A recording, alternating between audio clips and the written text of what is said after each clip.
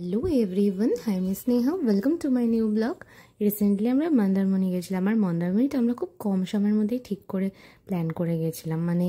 যখন আমরা প্ল্যান করলাম তখন দেখলাম এর আগে আমরা যা যা রিসর্টে ছিলাম সব সেগুলো বুকিং হয়ে গেছে। তো অনেক গুগলে সার্চ করার পর, ইউটিউবে ভিডিও দেখার পর অনেক বড় একটা রিসর্টের সন্ধান পেলাম।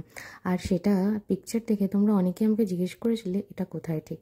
তো সেটারই আজকে ইনফরমেশন দেওয়ার জন্য ভিডিওটা করছি। সবাই স্কিপ না করে পুরোটা দেখো। এই হচ্ছে সেই রিসর্ট, যেটা হচ্ছে আমাদের 203 নম্বর রুম।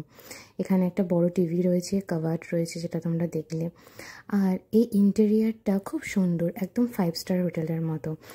এই বাজেটে এত সুন্দর ইন্টেরিয়ারের, এত সুন্দর deluxe double bedroom, just unbelievable. এখানে আবার সবথেকে আমার যেটা ভালো লাগে, হোটেলে গেলে যেটা আমার রিকোয়ারমেন্ট থাকে, সে রুমটা একটু বড় হোক আর এখানে জিনিস রাখার জায়গা হোক। নয়তো আমি গিয়েই সব জিনিস একেবারে ছড়িয়ে ছিটিয়ে ফেলে রাখি। আমার সাজের জিনিস, গায়ের খেলার জিনিস ও রং পেন্সিল নিয়েও ঘুরতে যায় সেগুলো। এই হচ্ছে বেডটা বেশ কিং সাইজ বেড রয়েছে। এখানে 3 জন অনায়াসেই থাকা যাবে, একটা বাচ্চা আর হাজব্যান্ড ওয়াইফ। তো আমার আর যেটা ভালো লেগেছে এই হোটেলের, সেটা হলো এই বেডের পাশে খুব সুন্দর, এই দেখো কিরম লাফালাফি করছে বেডের পাশে, এই যে ওই সোফাটা বেডের সাথে লাগোয়া, এখানে বাচ্চারা বেশ খেলছিল। আর এখানে একটা টেবিলও রয়েছে।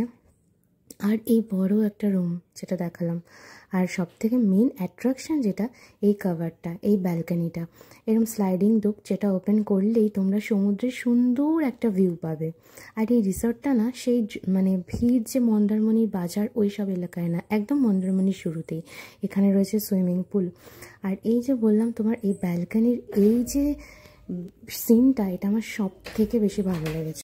ইলেকট্রিক কেটেল ছিল, সময় মতো চা কফি বানিয়ে খাচ্ছিলাম আমরা। আর এই যে বাথরুমটা ছোটোর মধ্যে হলেও বেশ সুন্দর, আমার তো বেশ ভালো লেগেছে। আর সব থেকে যেটা ভালো লেগেছে, ভীষণ নিট অ্যান্ড ক্লিন ছিল বাথরুমটা, যেটা একটা ভালো দিক আর কি বলতে গেলে। আর এই হচ্ছে ওদের সুইমিং পুলটা, যেখানে আমরা একটা দিন প্রচুর মজা করেছি, ভীষণ মজা করেছি এই সুইমিং পুলে। যখন তখন আমরা স্নান করেছি, সকাল বিকেল রাত আমরা এরকম স্নান করেছি। সো গাইজ, তোমাদেরকে আমি বলেই ফেলি, রিসর্টটা হচ্ছে টিএন রিসর্টস মন্দারমণি, একদম মন্দারমণির শুরুর প্রান্তেই। আর একদম নিরিবিলি জায়গায় রিসর্টটা। ওদের কিন্তু কটেজও রয়েছে, চাইলে তোমরা কটেজেও থাকতে পারো। আমরা কিন্তু বিল্ডিংয়ে ছিলাম। আর বাচ্চাগুলো ভীষণ মজা করেছে, ওরা যা মজা করেছে আমাদের থেকেও বেশি ওরা জলে বেশি সময় কাটিয়েছে, মজা করেছে সবাই মিলে। কায়রা এখন টিউব নিয়ে বেশ এপার ওপার চলে যাচ্ছিল সুইমিং করে।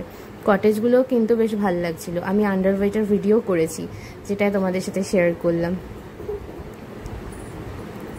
এই হচ্ছে স্মৃতি, সবচেয়ে ছোট সদস্য। আর আরেকজন ছিল বঙ্কু, ও কিন্তু জলে বেশ ভালোই মজা করেছে। বাবা মাকে যখন তখন রাজি করাচ্ছিল জলে নামবে, বেশ সাঁতার কাটছে এই যে বঙ্কু। আর এই সুইমিং পুলের পাশে এই রাস্তাটা দিয়েই আর কি হেঁটে আমাদের বিল্ডিংটাতে যেতে হচ্ছিল। আর এই যে বললাম মেন অ্যাট্রাকশন, এই ভিউটা, এখান দিয়ে তোমরা একটা ব্যাক সাইডে গেট আছে, যেটা দিয়ে কিন্তু সমুদ্রের রাস্তা আছে, সি বিচে যাওয়া যায়।